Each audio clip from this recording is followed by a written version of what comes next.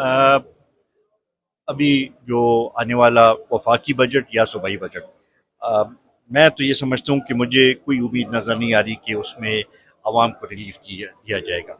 चाहिए तो ये कि आवाम को रिलीफ दिया जाए। मैं समझता हूँ कि इस वक्त अगर आप देखें तो हुकूमत की गलत पॉलिसी की वजह से आर्टिफिशियली डॉलर के रेट को भी ऊपर रखा गया है।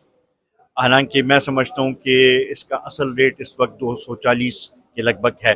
अगर ये इस पे आ जाए तो आपके कर्जे भी कम हो जाएंगे और आवाम को रिलीफ भी उससे मिल जाएगा, क्योंकि उससे रिलेटेड पेट्रोलियम और पेट्रोल डीजल के रेट्स हैं, उससे बिजली के रेट्स हैं, बाकी चीज़ों पे तो सब चीज़ों के ऊपर उसका फ़र्क पड़ सकता है। लेकिन यहाँ पे एक्सपोर्टर्स को खुश करने के लिए आर्टिफिशियली डॉलर का रेट 282 पे रखा जा रहा है।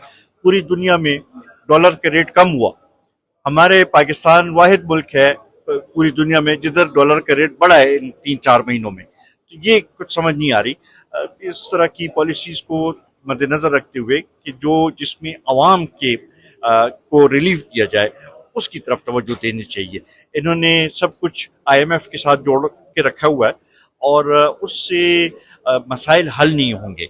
मैं समझता हूँ कि इनको चाहिए कि ठीक है, IMF का अगर लोन की और उसकी ज़रूरत है, लेकिन फिर उनके साथ बात भी करनी चाहिए कि भी लोगों को भी रिलीफ मिलना चाहिए, तब जाके मसाइल हल होंगे।